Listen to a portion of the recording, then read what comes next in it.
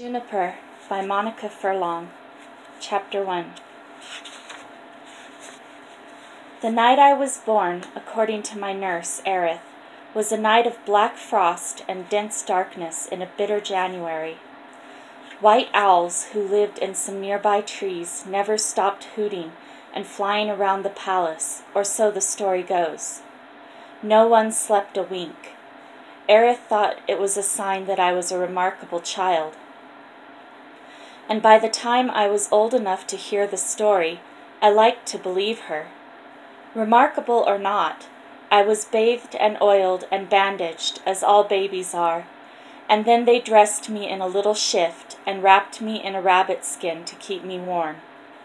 My mother and father showed their first baby to the elders, the elder statesmen, as was the custom, and then Erith cuddled me all night so that, as she said, I would not feel strange in this new country I had come to. In my earliest memory, I was toddling around on the big grassy enclosure at the center of the palace.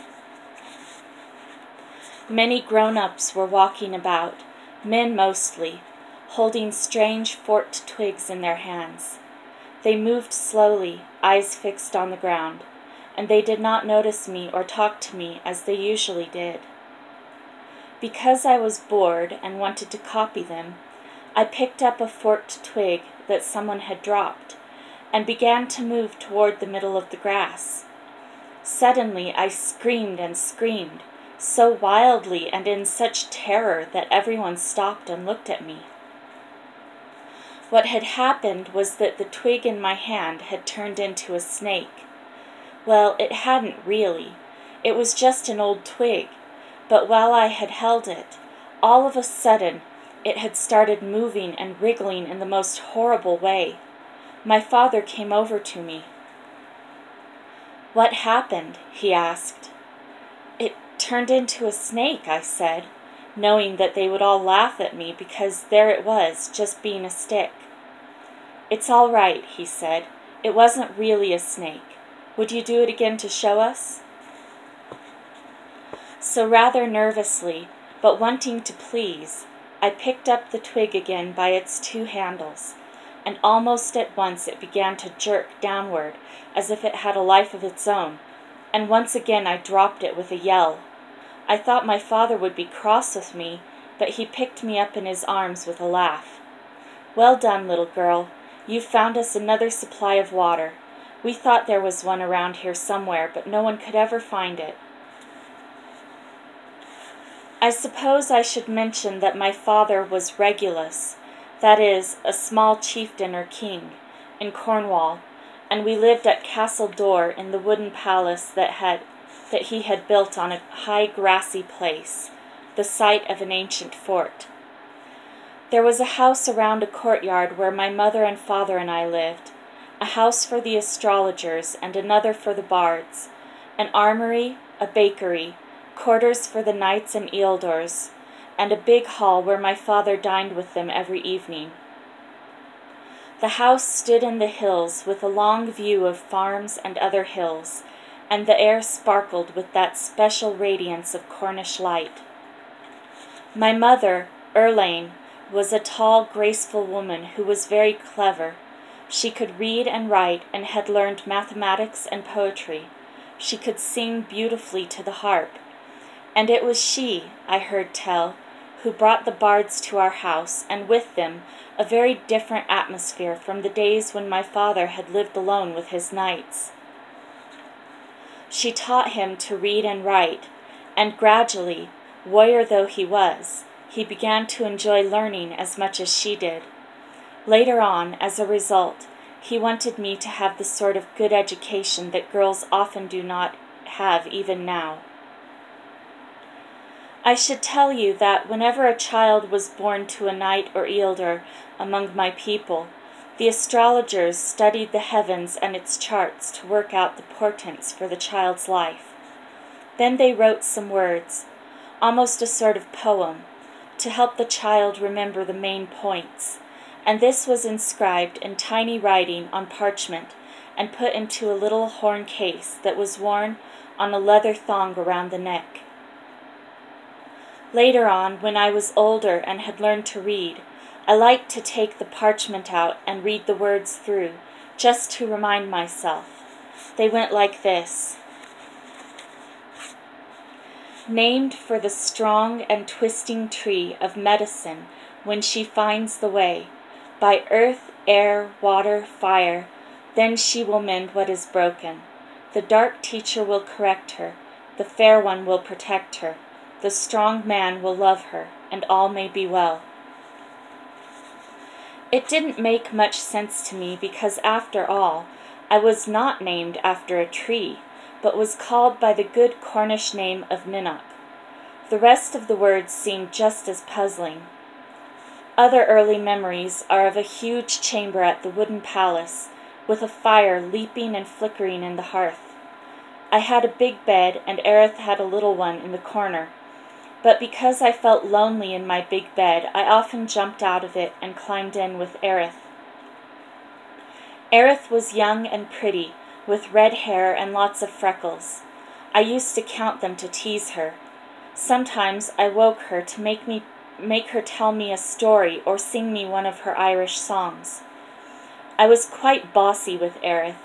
I behaved like a little princess who expects the servants to do as she tells them, refusing to get dressed or have a bath or eat my dinner or whatever it was that she had to get me to do. Once or twice she threatened to tell my father about my bad behavior, but she never did.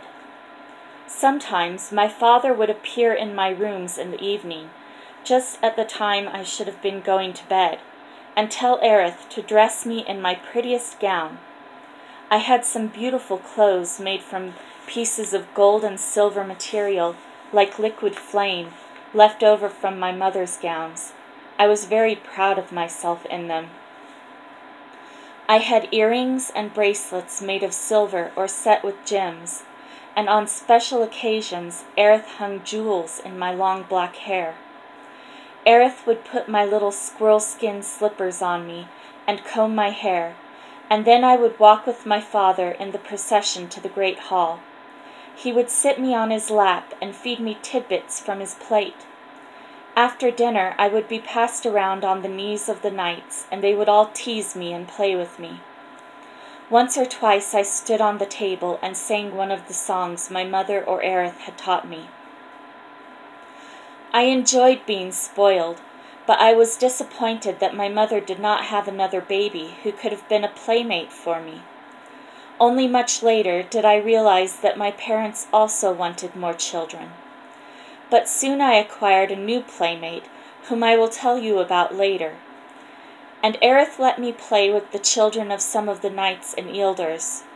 We played marvelous games. The old fort on which the palace had been built was surrounded by enormous ditches and ramparts constructed in a maze to make it hard for enemies to find the way in. We raced one another around the ditches, slid down the ramparts on wooden sleds, learned the mazes by heart, and had wonderful games of hide-and-seek there. Once when we were playing, a thin, dark-skinned woman approached the entrance to the maze that led to the palace. She had strange black eyes, high color in her cheeks, and a strong, determined gait.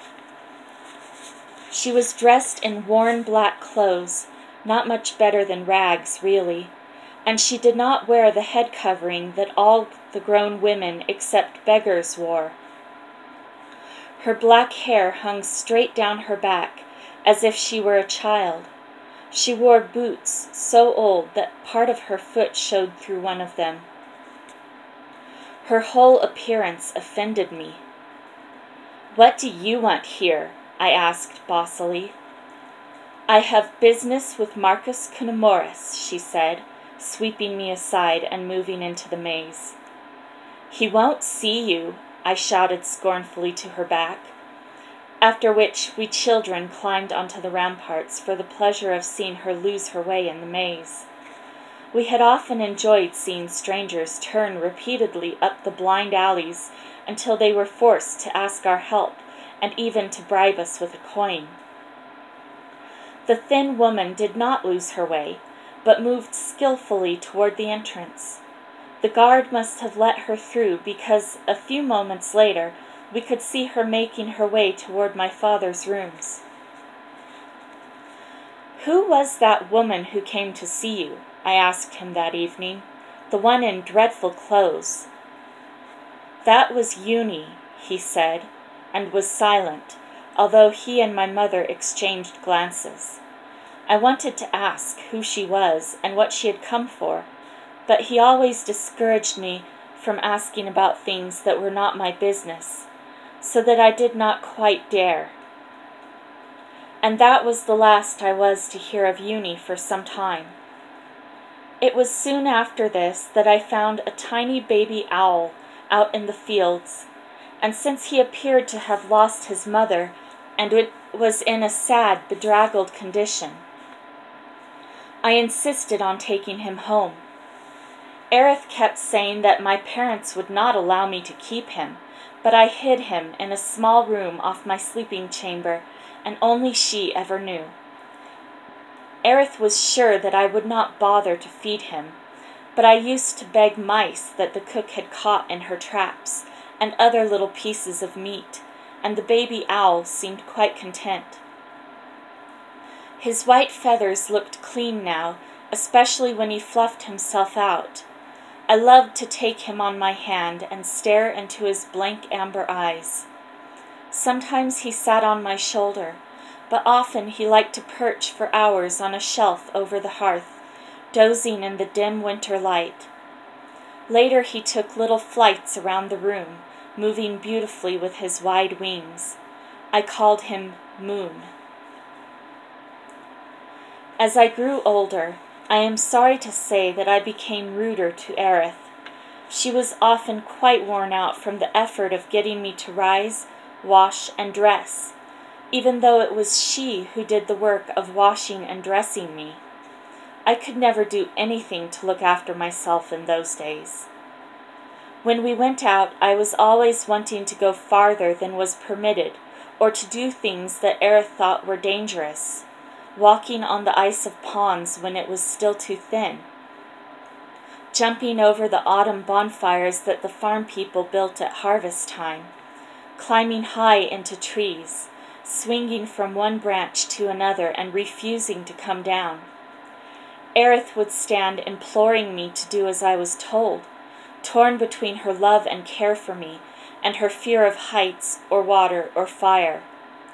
In those days, I seemed to be afraid of nothing. I was tormenting Aerith like this one day. I had gone into the stable where my father's stallion was kept, a great black animal who had lamed a groom and whose kick could probably have killed me. I moved closer and closer to it, determined to stroke it and give it an apple, while Aerith, half crying, beseeched me to return to her. I think I knew that I was being stupid, but somehow Aerith's pleas drove me on to misbehave. Suddenly, to my amazement, I felt myself seized by the neck and shoulders and marched out of the stable by someone behind me whom I could not see. As soon as I was able, I turned furiously around and was astonished to see that it was the woman, Eunie, still as shabby as ever, gazing at me with blazing eyes. "Juniper," she said. We stood and stared at each other for a few moments, both of us angry, and then, annoyed that she was rebuking me for distressing Aerith, I mumbled, "It's not your business anyway." Eunie did not reply to this, but gave me a little push in the direction away from the stable, and herself turned and walked off. Glancing at Aerith, I saw that she looked sickeningly smug. "There," she said, "you've annoyed your godmother." I was so surprised at this that I forgot about her smug look. My godmother? Eunie, my godmother? Why would someone like Eunie be my godmother? "That was your mother's choice," she said. "Not that your father disagreed. and she closed her lips very firmly in a way she had when I talked about the things that made her uneasy. So naturally, I asked my mother, Erlaine, at the first opportunity, "Is Uni my godmother?" "Yes." "Why?" "Because she is wise, and we needed her." "Why?" "I can't tell you now."